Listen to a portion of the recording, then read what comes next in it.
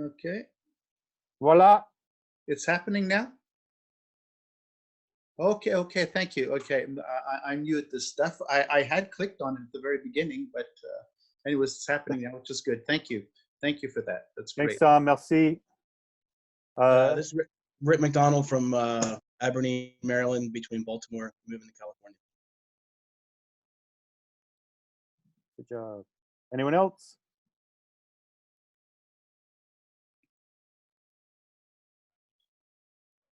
Okay, let's do something fun. Everybody wave at everybody else. Say hi. Hello. There we go. That was good. So next, we are going to have Mike give kind of a summary of that word that was given before we get into some questions. Okay, so yeah, I'll try and summarize it without hopefully losing too much of the gist of it. So this is the word that was originally given late last year and has come out again, just after all the pandemic issues, based on John 12:24, which is very truly, I tell you, unless a kernel of wheat falls to the ground and dies, and it remains only a seed. But if it dies, it produces many seeds. So I think the gist of this is there's a number of different things. Obviously, the first part is talking about dying, which is a condition for bearing more fruit. They're also talking about pruning. And he begins talking about YWAM is now mature. We're in our 60th year, and we have gone through a season of rapid growth, which he actually calls wild and unchecked growth, and finds that what's concerning is the number of small ministries and tiny bases that are not bearing much fruit, and they should be pruned. So that's the introduction to it. Then it goes on to talk about we're called to work in teams, which is one of our values, and talks about how the world has really turned a lot in the last little while, and has a real concern for couples and families that are working in small teams in big cities. And he sees it as a concerning trend that these people may only be working half-time. They may be having other jobs to help support themselves, and they are pioneering YWAM, and they have been sent out, which is also a concern in this, that he said it's concerning that some people are being released by a YWAM leader, and that this is not leadership, it is irresponsible. He goes on to, the prophecy goes on to say, all these so-called ministries should be pruned, and the people should be recalled to join growing ministries and bases, or at least to begin the long and difficult preparation of the influential spheres. And continues to talk about how most of us are actually not in a position where we can influence the spheres because we don't have much to say. Moving down,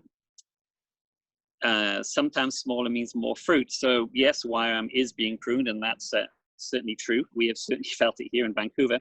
Schools, outreach is everything. It's not just selective of our choice, it's massive, universal, and blunt force. The conclusion is that we should not resist the pruning. We should be ready to let ministries and bases die, and not try to give them all life support. The pruning has already begun, and believes that we will become smaller and more nimble and able to bear much more fruit, maybe up to 100-fold. So the church and us as YWAM are being severely pruned, and the belief that wide doors of ministry will open up rapidly. The last part goes on to talk about what is meant by pruning, which is something close to my heart. As you can see, I'm in a garden actually with a pear tree right behind me. Which branches should be pruned, both in our lives and our ministries? Talks about the dead and the dying, and that which is not bearing fruit. Our activities reaching and ministering to people, even if there is growth and activity and noise, doesn't necessarily mean fruit. It may even mask the lack of it. Branches rubbing against the other. So the prophecy goes on to talk about people having conflict within your ministry and how you deal with that, and maybe praying and figuring out that one of them may need to leave. The third part of pruning is the haircut. This is something that I've had a real hard time doing myself because I hate putting nice pants back. I do understand what he's talking about here. But checking out whether we need to take out part of our ministry. In a case of a bush, it's up to a third, without going too far, because if you cut too much off, the whole bush just dies. Fourth, more light. Opening up a plant lets light in, new growth occurs where light strikes the branches. The well of light pruning he talks about, where you take the middle of something out so the light can go in to all parts of the plant. And he talked about, and the prophecy talks about, in our early days, we used to talk about walking in the light. We would have times when we would ask the Lord, is there anything we have against our brothers and sisters? And challenges us to, have we done this recently? Are we still doing this sort of stuff in our ministries and in our bases? Then finally goes into talking about rest, seasons of rest, seasons of pruning, that we are now in an enforced season of rest, at least some of us are. And,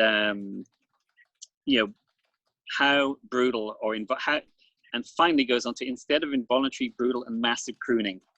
As a beginning gardener, we underestimate how a severe good pruning job must be. We have a saying: love your neighbor and prune your rose bushes. Let your neighbor prune your rose bushes. This is because we're all tempted to be sentimental and do not prune nearly enough.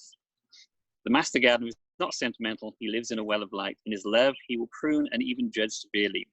See Isaiah 5:1-7. Sometimes this is the only thing that can bring us back to total dependence on him. Already our conferences, schools, seminars, outreaches, and community life meetings are being severely pruned, but we must be ready to accept the pruning away of many of our ministries and even bases. Let us embrace what the Lord is doing and be able to bear more fruit than ever before. So hopefully that gives a good overview of the word from Tom to us as a mission. Back to you, John. Thanks, Mike. So I'm going to ask the three of you a few questions, clarifications, or just something to have some of this conversation going. So the first one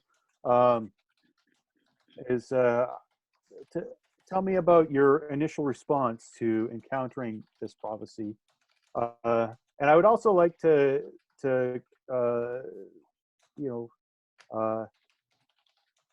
in some of our discussions in preparation for this, we've talked a little bit about the word and the interpretation thereof, and how sometimes those things get muddled together.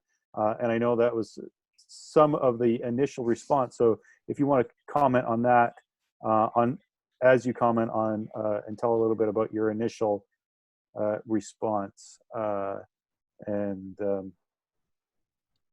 yeah, maybe Pierre go last, perhaps. Well, because Pierre talks the most. my wonderful Quebecois friend. So my first response when I read it was, I need to take a serious look at this, and is this something that is happening in my life and the ministry here in YWAM Vancouver? And time has certainly proved that yes, it absolutely has. There were some things that initially did concern me. As a gardener, I know that I'm the one that does the pruning. The plants don't prune themselves. So that was probably my biggest concern in there, was saying, look at what needs to be pruned. And I was thinking, well, no, God's the one that does that. That was my initial thoughts and concern.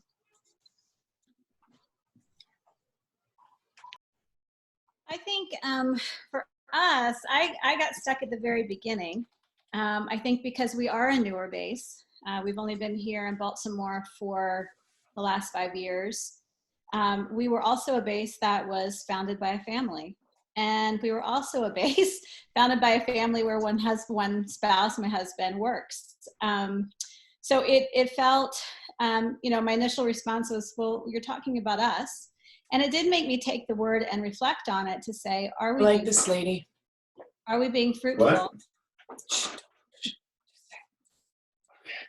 I had to stop and just kind of ponder, are we being fruitful? And, our base here in Baltimore, we run a little bit uniquely in that we feel very much, because we're in the cities, we're called to integrate into the different spheres. We have some that we feel more strongly called to, like the arts. So I have one of my staff girls works part-time at the local artists and craftsmen store that services all the Maryland Institute College of Art students here in Baltimore. And what we've watched is that God has broadened our sphere of influence that goes outside of a YWAM context and straight into the heart of the arts culture and the arts sphere. And our relationships are deepening within our city. So I had to take a look at it, and I just was left with, all right, Lord, if you want to prune us, we're open. But at the same time, it's not the season that I sense that we personally are in. In fact, I know the Rulans weighed in, the Howlands weighed in. We have this summer 3 families joining our family. And I felt like the Lord, for us personally, was like, I planted you as a family for a reason here in Baltimore.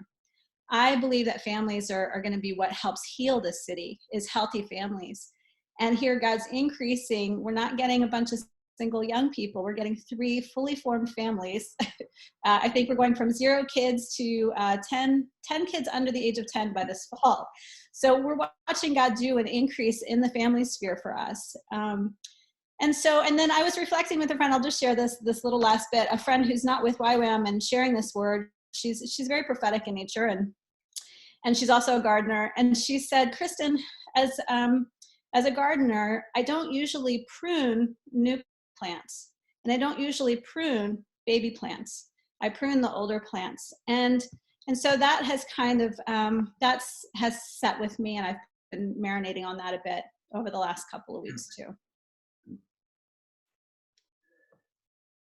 Okay, when I first saw the prophecy, and I only caught it through Lynn Green, I guess back in early March, I reflected on it some, and I really felt that we were to talk about it actually with the North American Cities Circle, servant circles, and so we got together 2 weeks ago to process it a little bit. My initial concern was the fact that pruning is a constant in any kind of ministry. That should be an integrated aspect of who we are. It's not just a one-time deal. So I think any maturity in ministry brings us to the point of pruning ourselves, that which needs to be pruned at the appropriate time. But my concern was the focus on numbers. Not just a question of teams, but the focus on numbers, small teams, and calling them into question. And the reason that bothered me significantly is that for 2 things, both in the city's circle or in city's network, we have a lot of small teams. We've basically, over the last 25 years, worked in small teams in our respective cities and even large cities. We've never been the big YWAM bases. We've worked as small teams, incarnationally, putting down roots, more in a long-term perspective of ministry. But also I was concerned because of our Canadian context. The majority of our YWAM Canada teams are not training bases. They're individual families, sometimes couples or small teams working and spread out across Canada, sometimes in very isolated locations, and doing, however, significant incarnational work. And for me, I'll be honest with you, that is where I have seen the most and the deepest and the most lasting fruit in the long term, beyond just numbers. But the influence of these teams in their respective areas has been impressive for me through the years. And so I had a little bit of misgivings regarding the focus on numbers primarily. And I think Kristen hits the dot on, the nail on the head. Well, why is it just the small teams that need to critique themselves? The larger bases, actually, training bases, are more hit by this situation than smaller teams, in a sense, that are already pursuing their work already today. See the self-restraint, you guys? So that leads us into kind of that second round of questions of how have you resolved or applied this prophecy. And I think you've kind of answered some of these. what has maybe what have you learned, and what has Creator taught you in this? And if you feel like you've answered this question, then Kristen answered a little bit, but if you want to say a little bit more, and then there are also a few questions coming in from the chat that I'll mention as well. Okay. So answer those, and then Joel. Yeah, I can start up. Go ahead. Joel, I'm just wondering if we should, in the response to these questions, if we should nonetheless give room to 2 or 3 other people for every question, to have a more of a, to be able to hear the other questions as well. I think we have a little bit of space, just to integrate, so that way beyond just the 3 of us, that there be a little bit more feedback as well and participation. Would that be okay? sure, we Just, can just 2 or 3 per question. We'll do that as we continue on. Okay. So Pierre, did you hear what I said about the next question? Uh-huh. How have you resolved to apply the prophecy? What have you learned? And what has Creator taught you in this? Yeah, for us in Vancouver, it's actually been quite an amazing few weeks. It's been painful, but it's been amazing. A number of years ago, we moved into a corporate-ish type of office space in an area with not a great deal of community. And with the onset of what's been happening around the world, like many of you, we are a program-based operation. So a lot of our income just disappeared. We were very fortunate, actually, I think it's a God thing, that we were able to get out of our lease, and we moved out last week, actually, of an expensive office space. And what God's been saying, not just to me, but to all our staff, is you need to get back more in touch with community, something that, I've been kind of banging that drum for a number of years, that we need to be involved on the street level with our neighbors, with our community, with our city. We need to be more in touch with what's going on around us. So I totally see that as an answer to part of that prophecy for us personally here in Vancouver. And I'm very excited to see what that looks like in the future, as more of my staff, quite a few already do, are very well connected within the community. But as more and more of them are getting that vision, I think it's going to actually have a pretty dramatic change on who we are as YWAM Vancouver and who we're ministering to. So I am excited about that portion.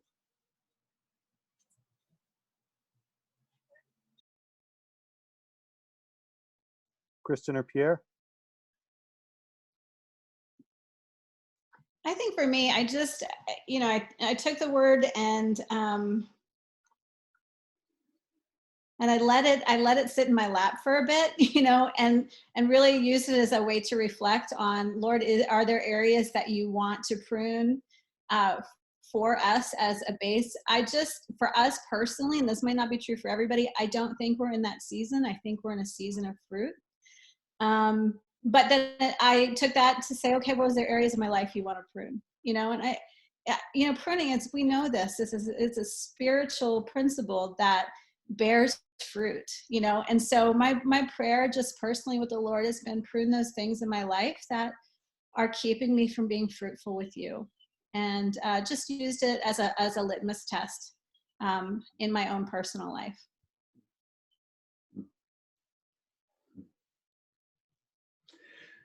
For me, the notion of pruning has always been there throughout all of these years in YWAM Montreal. For 33 years, we began a lot of ministries in a variety of different spheres, in the arts community, in the university context, in college context, in the spiritual seekers context, and other spaces, and specific ministries that we had. Sometimes we had no choice but to, the time had come where we had to close it, and the ultimate is that last year, in June of last year, we actually closed YWAM Montreal. So pruning for me is not a problem. It's a question of discerning when, in order to better invest what we have and who we are. For me, however, I took it a bit further in my own reflection, and this is in continuity with my own mission engagement. the focus in Montreal for the last 15 years has been really the grasping more and more that we are in a post-Christendom culture, where the church as institution is no longer the mouthpiece for faith or the interpretation of faith in the secular world.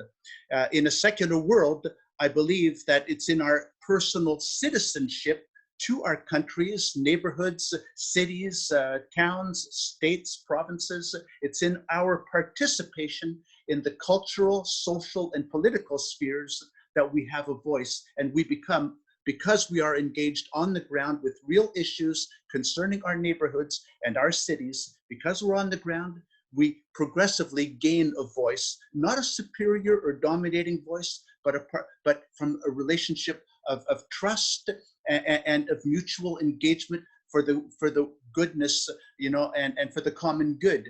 And so in my take, actually, the smaller often is the better, because it's no longer the institution. The institution actually is more of an impediment to the credibility of the gospel in post-Christendom culture than an asset. And so it's not for me YWAM as such, as an institution or as an empire, that is the most predominant thing. I told our YWAM Montreal, our YWAM Quebec boards 15 years ago that I wasn't really interested in the growth of YWAM as YWAM, but to the degree that YWAM could serve the ministry of the gospel and the penetration of the gospel into Quebecois society, then I'm fully on.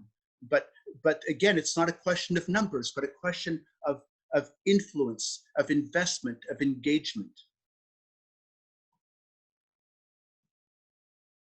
Thank you very much. Couple just follow-up questions.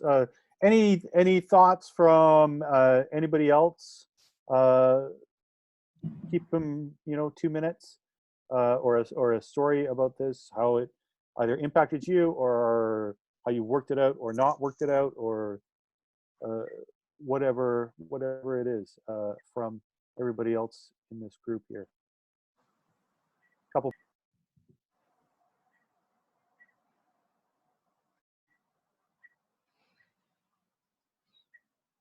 Yeah, I'd like to hear from Jeff. He just put a comment in the chat there, which I think is a very important comment about the difference between YWAM teams and on-the-ground teams. Teams you're involved in aren't necessarily YWAMers, so I'd love to hear more about that.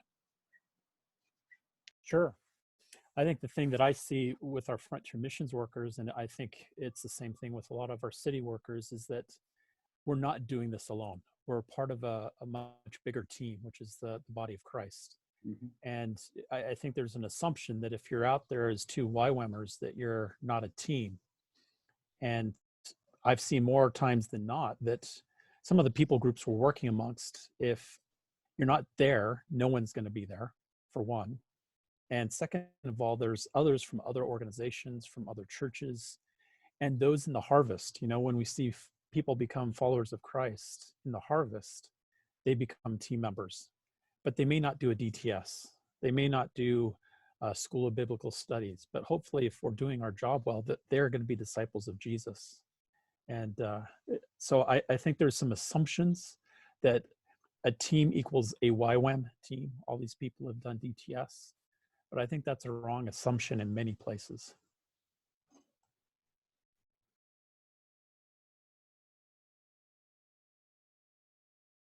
Thanks, Jeff. Appreciate that. Anyone else? Yeah, I also wanted to mention we have a very small YWAM staff team here in Toronto in what we do. Our ministry is more of a specialized ministry. I've seen that being used in YWAM circles. For us, actually, it's been difficult to mobilize bases with their programs to do new things in new ways, which is a YWAM value. I think we're very much set in our ways. So it's been more fun, actually, to work with people from different circles, people who have the same kind of vision, whatever their background or denomination is. YWAM is an institution, and we work a lot in the marketplace among spiritual seekers. just telling people about this amazing institution is not very appealing or effective, like I think Pierre said. So I see that people just want to get to know people as, you know, families, couples, individuals. And of course, short term, like from bases, when you send short term teams, you have schools. I understand it's hard to involve those people in some kind of a specialized ministry, because my take is that oftentimes maybe younger people that are in DTSs or new staff, they don't have much to say or give in some of these specific areas in the spheres. So I guess we need both.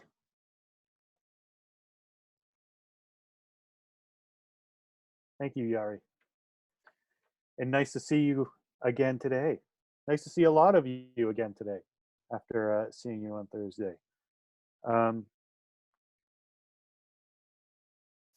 I do like, Jeff asked this question, and I think it's worthy of discussion.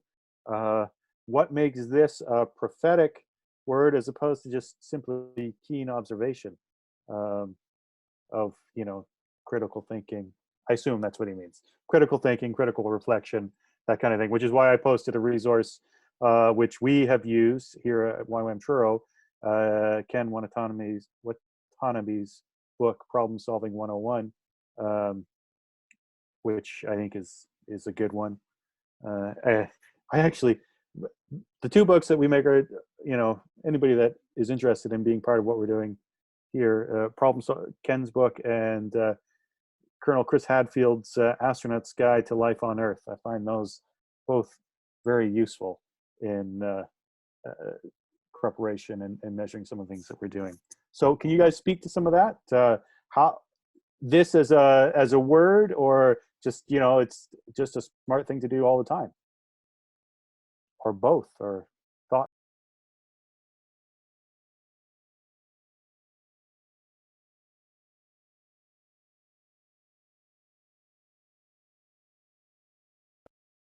Christian, Pierre, or Mike? Well, I think looking at, let's look at the timeline. Rick was just reminding me that we actually, while we're in Baltimore, right in around November, December, we actually went through some pruning with our staff, and it was good. And there is fruit. I think we get caught up a lot of times in like, this is the word for 2020. I would venture to say in December, none of us saw the great pruning that was coming our way through this pandemic. So to me, that's a prophetic word, right? This came before any of this hit our shores, hit our bases, hit our lives, hit our personal homes. And I obviously, God is doing a sweep, and he's allowing a sweep to happen in this process. And I think it's been a beautiful time of reflection. I've seen it as a reset, more like a reset. And are we ready to pivot? You know, are we ready to shift gears if Jesus is like, you know, it's a new season. He's bringing in a new season. And, you know, and I guess pruning brings in new seasons, you know, when things get, and maybe it's not necessarily that our bases have been pruned, but the world around us is being pruned, you know? And so then I think is this opportunity for all of us to say, okay, Lord, what new? What's the new work? What I know for us personally, we have been launched and thrown straight into mercy ministry. And our team is out every day serving the homeless. We were doing a little bit of that, but right now our greatest fruit is happening on the grounds, on the street, feeding people who are hungry. And so that's something new that's happened for us. So I think part of it is prophetic. I don't know that we all saw this coming. So that's just my thoughts.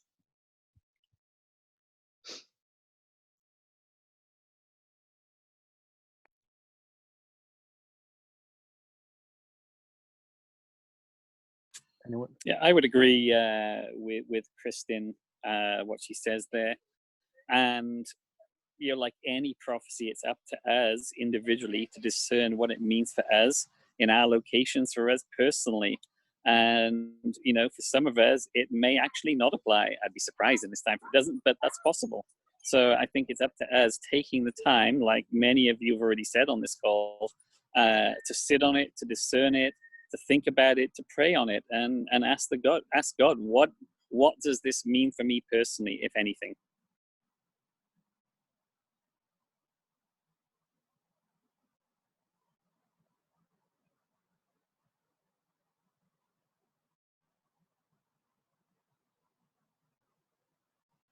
So you guys have talked a little bit about fruitfulness and that kind of thing, but since this is a big part of the, at least the interpretation of this conversation between Creator and us, could you talk a little bit about how, what are your thoughts on fruitfulness? What does that mean?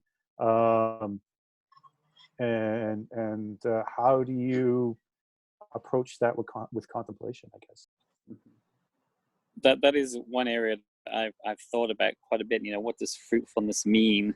And looking back at the 25 years of plus of ministry I've had here in Vancouver, you know, some things that we've done, that I've done, have produced fruit in a very, very short time. If I look at our short-term outreach programs and mission adventures participants, you know, within a week, I see amazing stuff happen, and that's really cool. It's exciting. But then I look at what I'm doing now with Business as Mission. I could not have done this 15 years ago.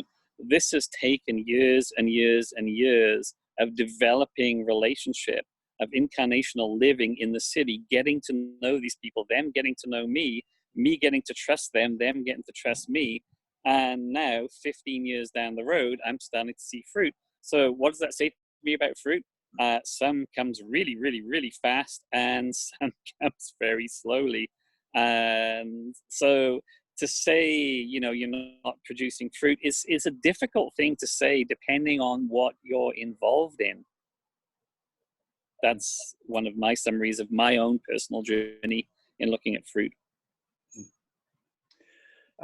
For myself, actually, just to mention, yesterday I was listening on a webinar from a guy, I can't remember his name, from Montana, YWAM, Montana, going through the prophecy, and he did bring out the fact that we are in a position of imposed Sabbath worldwide. You know, so I still love how the pandemic, and I've been impressed with how, you know, at what other time in the history of humanity has all of humanity been on stop, been on pause to reflect?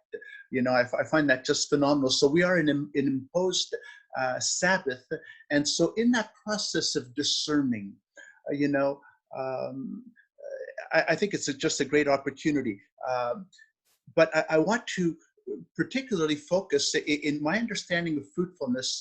I always have to look back at Jesus, and one of the things that strikes me in the whole process of Jesus's ministry are the 30 years of which we barely ever talk about. We talk about the 3 years of ministry, and particularly the last 7 days, you know, the last very short period of his life, death and resurrection.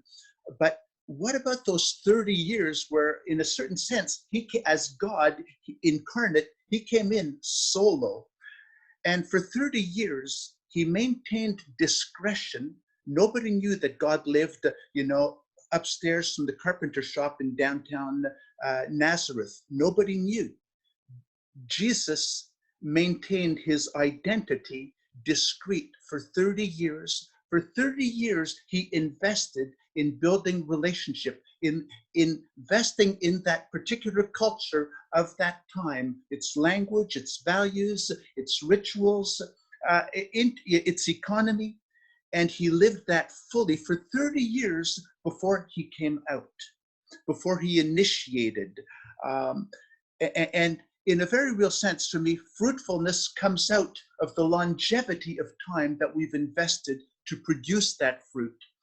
I was quite taken aback in the prophecy where Tom says that YWAMers basically are not professional, are not equipped to be able to access or be involved in the spheres. We've been talking about the spheres since the late 70s, and to say that 40 years later, we still have not trained people and equipped people to be invested in the spheres. I think that's an indictment on YWAM and on the forms that we've emphasized. I think that's an indictment. I think there's something to retain there. I think, and I've always been of the mind that YWAM in its maturity, should be all that much more invested in so many different spheres. But it does take those 15, 20, 30 years of investment to be able to build that knowledge, that context of relationship where you can speak into the community of which you are a full member. A last take for me, and I'll be brief on this, although I can do 2 or 3 hours if you want.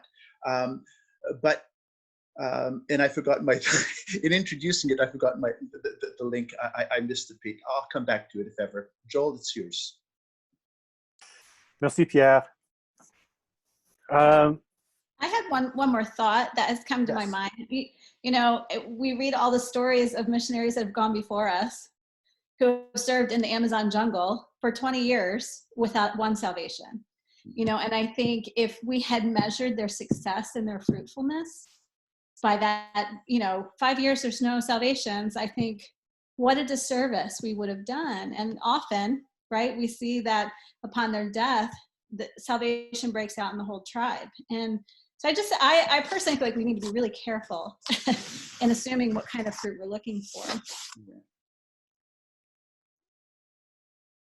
That's a good point. I often think it says more about who we are and our own personal theology when we just say, oh, well, this is fruit and this isn't fruit and this is, and less about what Jesus thinks counts. Any other thoughts? We've got a good conversation going in the chat, back and forth, different people. People are, you know, wondering about the pruning process, different parts of Tom's interpretation and prophecy. Who are the neighbors that are coming in to prune the rose garden? That kind of thing. I'm always interested in people's thoughts and ideas. Since this is rooted in a gardening metaphor, it is hard to totally understand this without being somebody who has gardened or worked on the land or something like that. And as somebody who works in context of indigenous food sovereignty, the way that Europeans understand gardening is not the way that everybody does it. So I think there's a lot of different ways to sort of discuss those kinds of things. I do know that we have some gardeners in this chat and farmers. If any of them want to bring some insight into this, as Christian relayed her friend's insight about pruning young plants. Anybody want to bring in some insight and into the metaphor itself?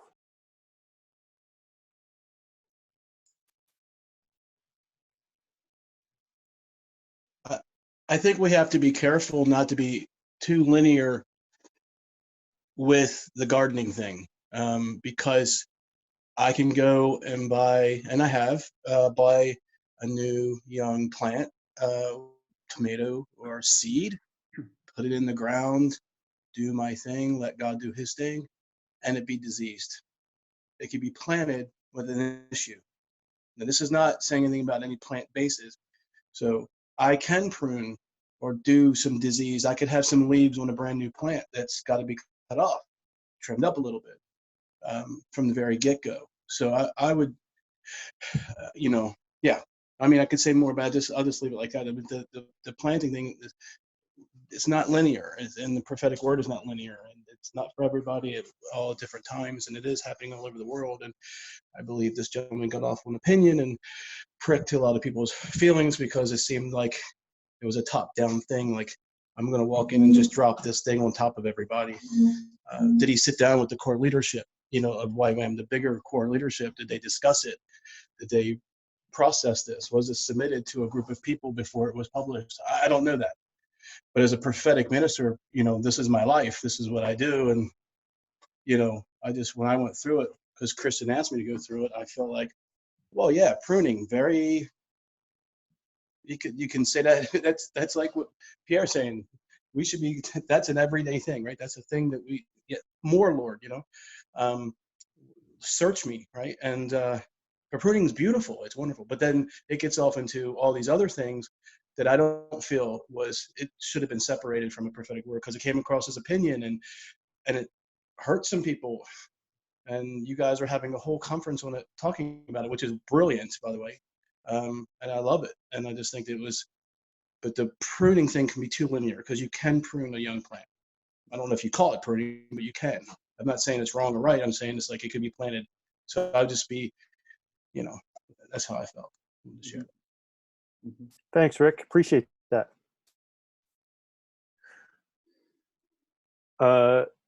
Before I open it up to a general discussion, is there anything, Kristen, Pierre, Mike, that you want to say before we open it up to a little bit more back and forth?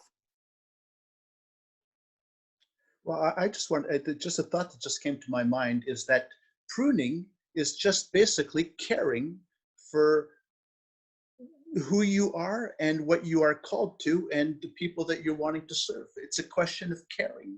You prune because you truly do care. And so because you do truly care and because you love, you become aware of the impediments to the expression of that love.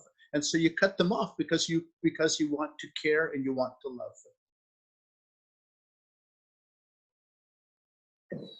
That's good, Pierre. And as we're using the garden metaphor here, that there are different plants that need different pruning. So there are different ministries that will see this differently and need different types of pruning.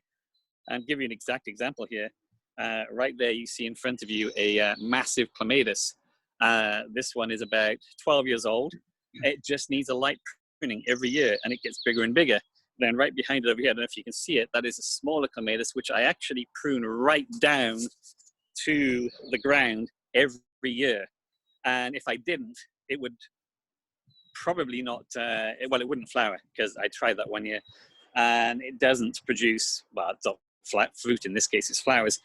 So, I look at that and I go, with the pruning, we have to discern what is needed. Some might need very, very light. Some may need some heavy pruning right to the ground. And he's probably, the prophecy is probably right. Maybe there are some that need to be laid down. But that's for us to discern as we sit and as we pray about this prophetic word. I think the other thing that's important to remember is that God is our pruning. He's the one that does the pruning. Mm-hmm. And so the reality is he's so good and he's so faithful that if our heart is bent towards saying, God, we want what you want. We want fruitfulness in our ministry. We want fruitfulness in our lives. Prune us where you will. He's big enough and he's good enough and he's kind enough and he knows way better, in our lives and in our ministries what needs to be pruned. And so I think that's also something that's really important to keep in perspective.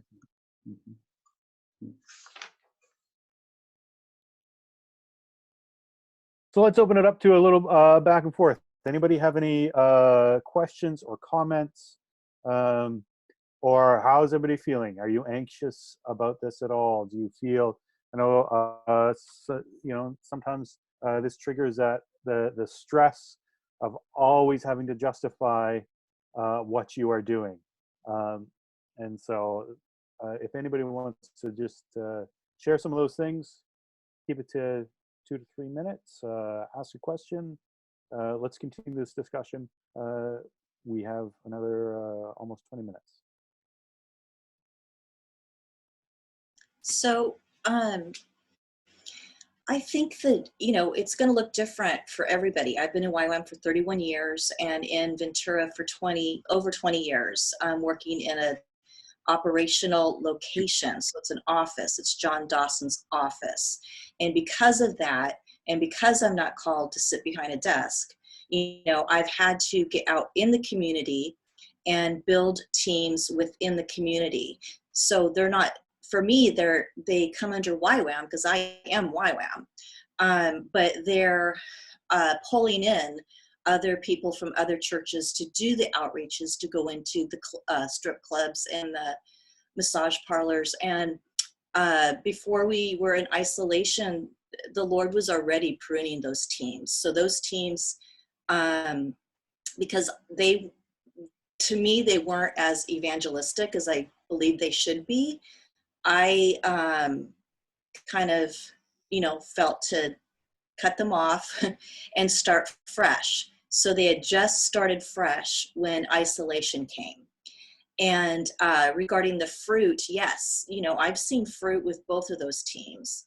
Is it a lot of fruit? No, because going into clubs and massage parlors, you're building relationships with these women, and with the massage parlors, it's Chinese women and it's cultural. And,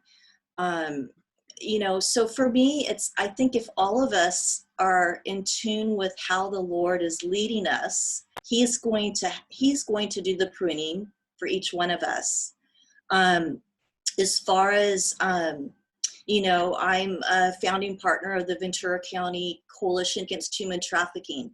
That brings me to different spheres, bringing in the different spheres. Are they all Christian organizations? No, but that's what God opened up. So again, I represent YWAM within that coalition.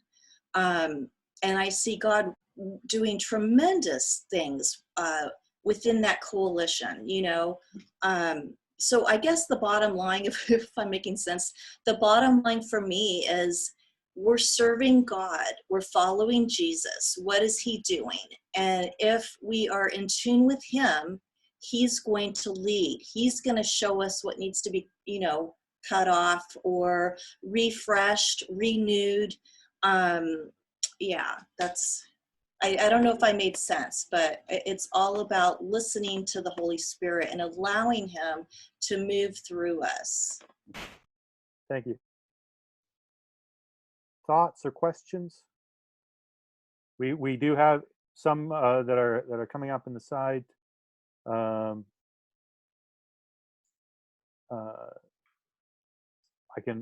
read one out.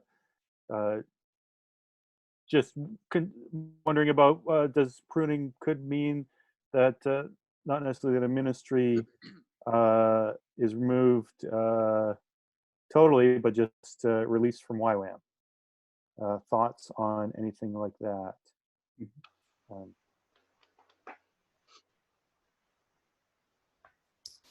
I have a couple thoughts when it comes to fruitfulness. And one is, at what point as leaders do we have responsibility for the lack of fruitfulness a team may have, where it may be just they need a leader to come alongside and point them in the right direction, and they'll suddenly become fruitful. And I felt like the message that came out kind of dismissed the responsibility of leaders outside of that team for the lack of fruitfulness.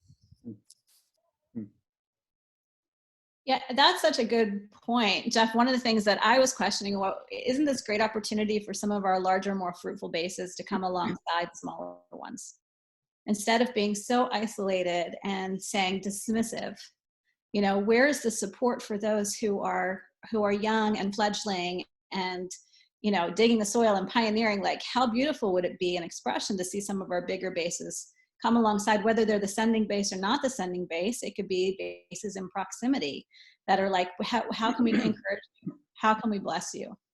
The problem with big bases is they're all about training, which is missing the point of what a lot of the smaller teams are about, which is frontline ministry. And so that's the difficulty in trying to connect with big bases. Yeah, if I can add on that, my take has been that the U of N, and which is very much Tom Bloomer's perspective, having been the provost for close to 40 years or 30 years, whatever it was, he sees it from the educational realm uniquely. The city for me is the location where that I call the intermingling of the spheres. That's where the spheres interconnect and work together. Just an example, in Montreal, we founded back in 2011. This is the city founded what we call le quartier des spectacles, the neighborhood basically it's the arts district in Montreal, and it's basically the equivalent of Broadway. In the contemporary world today, we host the largest jazz festival in the world with 2 million people every year. This year it's off, but it's 2 million people every year, and that's just one event. And in that arts community, which we call the square kilometer, there are sometimes, some summer months, more than 800 distinct arts activities happening.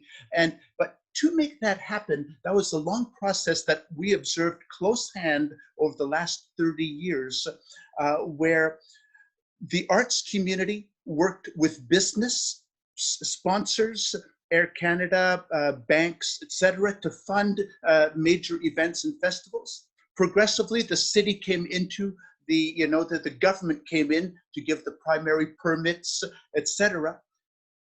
And I've taken tours, throughout the arts district over the years many times, and I say, well, where's the church in all of this? Has the church been active? The church, just like it remains often in the religious sphere, and just as much of the U of N has remained within the educational sphere. But we live and work in a city context where we have to intermingle with all of the spheres. And to intermingle with all the spheres, we need to do so professionally. Otherwise, you don't have a voice. You can be a spectator, but to have a voice and to be influential in any sphere, there has to be a degree of professionalism, which is not immediate, and which often will necessitate training outside of YWAM. The U of N is not capable of always transmitting the expertise and the professional knowledge necessary to be able to impact. That doesn't mean that we have to leave YWAM, but I believe that there has to be that, so that intermingling is part of putting down those roots and nurturing those relationships over decades. That takes time. And so that's, so I just want to emphasize the distinction. Do we work in just one sphere? In my view, the evangelical movement has just basically focused in the reproducing of a religious culture on the periphery of society. And to a certain degree, the U of N has developed a whole educational sphere without any connection with that which we often talk about. And for me, that's a quandary. That's problematic. But I did want to emphasize the intermingling of the different spheres in the cities, without which we cannot incarnate the gospel. We need to be connected. Otherwise, you're just scratching the surface continually and exercising no influence whatsoever.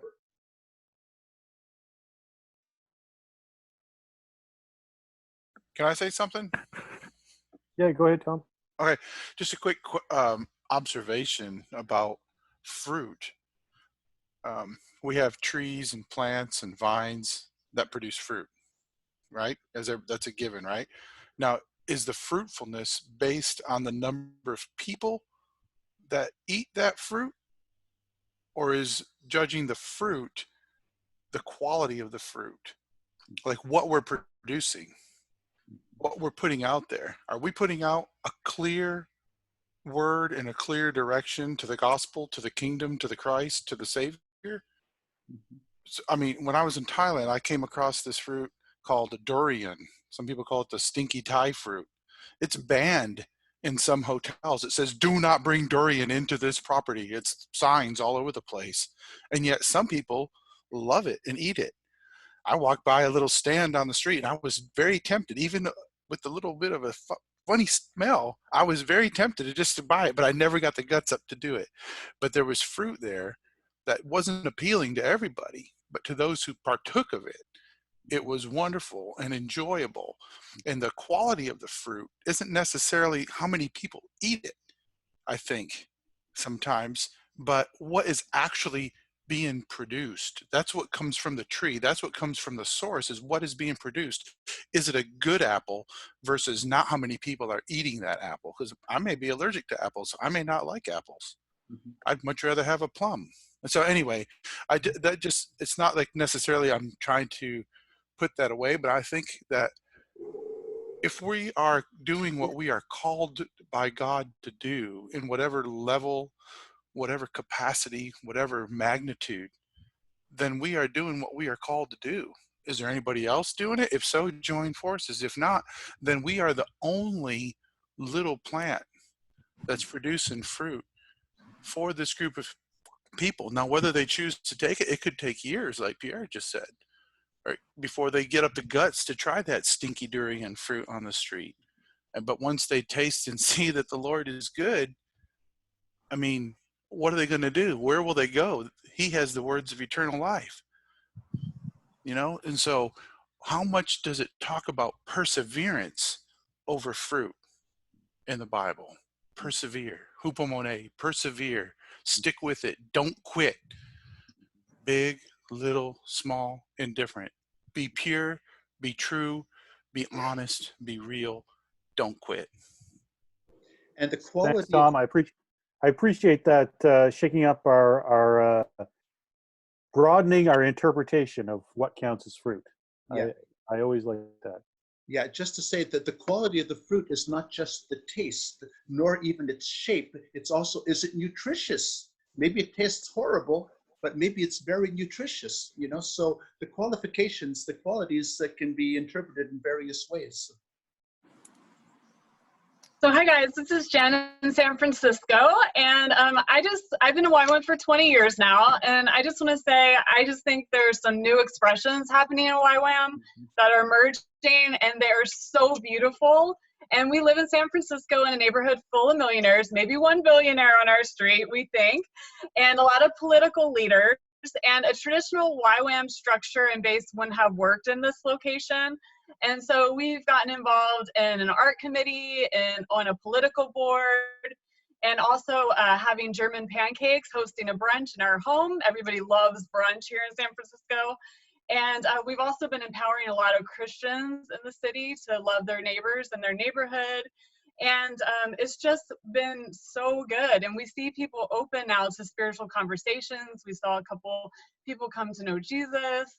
And I feel like I've been praying during this time, and I feel like a word for everyone you can see if it resonates with you is creativity. I feel like this is a good time to kind of explore new things and get out of the norm and sort of ask God for some creativity. So I hope that's an encouragement. Thank you so much, Jen. It is 3:26 here. It's close to the half hour everywheres. I don't think there's anybody from Newfoundland here. Canadian joke, Canadian time zone joke, everybody. So final thoughts from Christian, Pierre, and Mike before we move on. Yeah, I've really enjoyed this conversation. I love the width, breadth, and depth that we have in our city's teams, especially like that final word there on the different types of fruit. And it's very difficult. You know, there's certain fruits I love, certain fruits I don't love. I actually do like durian. I was nervous to try it, but ended up liking it. But that says to me, you know, we've got to be careful of looking at someone's ministry and say, you know, they're not producing fruit because it doesn't fit in our paradigm of what fruit is. So that's a real challenge to me, and I think a challenge to all of us. So thank you all for being open, honest, and sharing your thoughts. I really enjoyed this time. Thank you. Yeah, I'm super grateful for just the conversation. You know, it's so good to meet new people too that I haven't met before. You know, I'm such an in-person person, but this has been so good. We had another meeting on Monday, and it's just been really good to get to know other people who are working in cities. And as far as durian fruit goes, I'm never going to let my husband eat it again because I paid the consequences for the next 24 hours.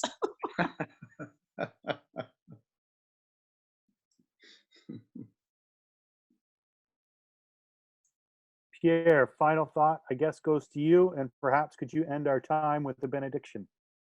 Okay. Listen, I just really appreciated this conversation. I think these things need to be said. And when you receive a prophetic word sent out to all of YWAM, and it comes from somebody like Lynn Green, and then people like Tom Bloomer, to what degree do you feel free to critique it? And I think space needs to be given to be able to reflect, not to disqualify what was said, perhaps, because maybe there are some applications for certain people, but we do need to have that space of interpretation, interpreting together as a team, for those who are directly concerned. And there was that concern for us in our city's context in North America. And so we wanted to create this space. So I really appreciate all of you having come on and participated with us twice this week, actually, with some of you were there both times on both Monday and today. I think these have been significant conversations. Again, bridge building, learning from one another, creating relationships. So, so I really appreciate, on the overall, the content of what we shared today as well. So if you have any other content, questions, concerns, they can be raised actually on our Facebook page, the North American Cities Facebook page, etc., and then through relationships that we have with one another. But thank you so much for having come on board to join us in this conversation, in these two conversations this week.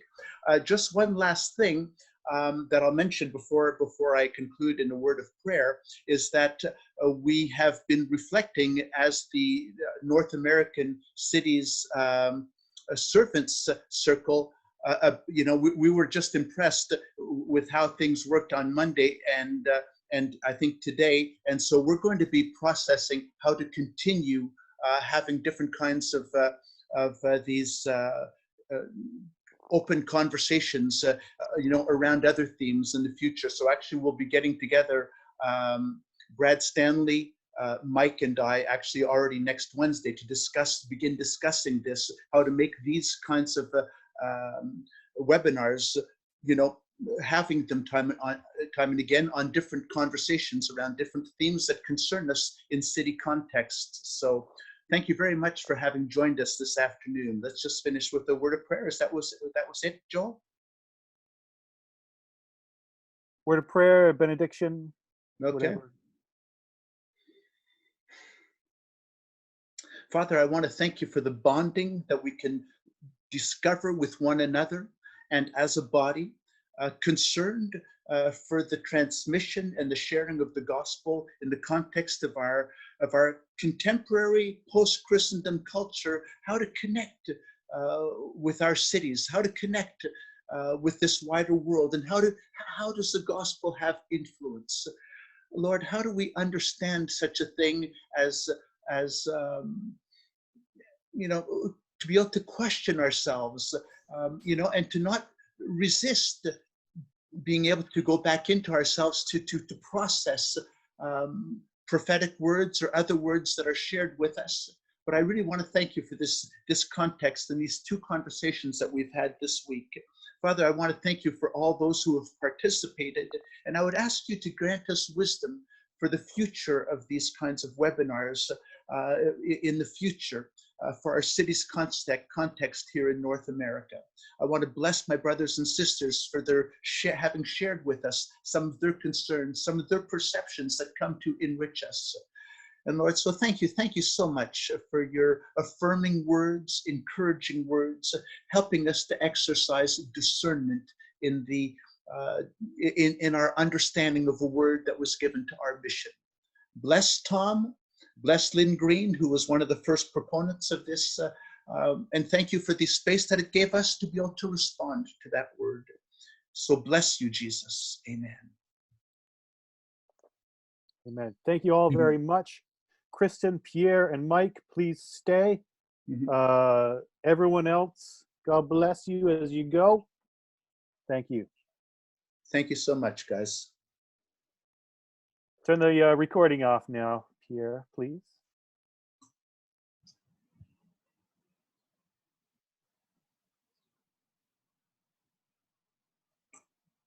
And I'm still trying to figure out how I'm supposed to do that. Okay, it's up there, yeah.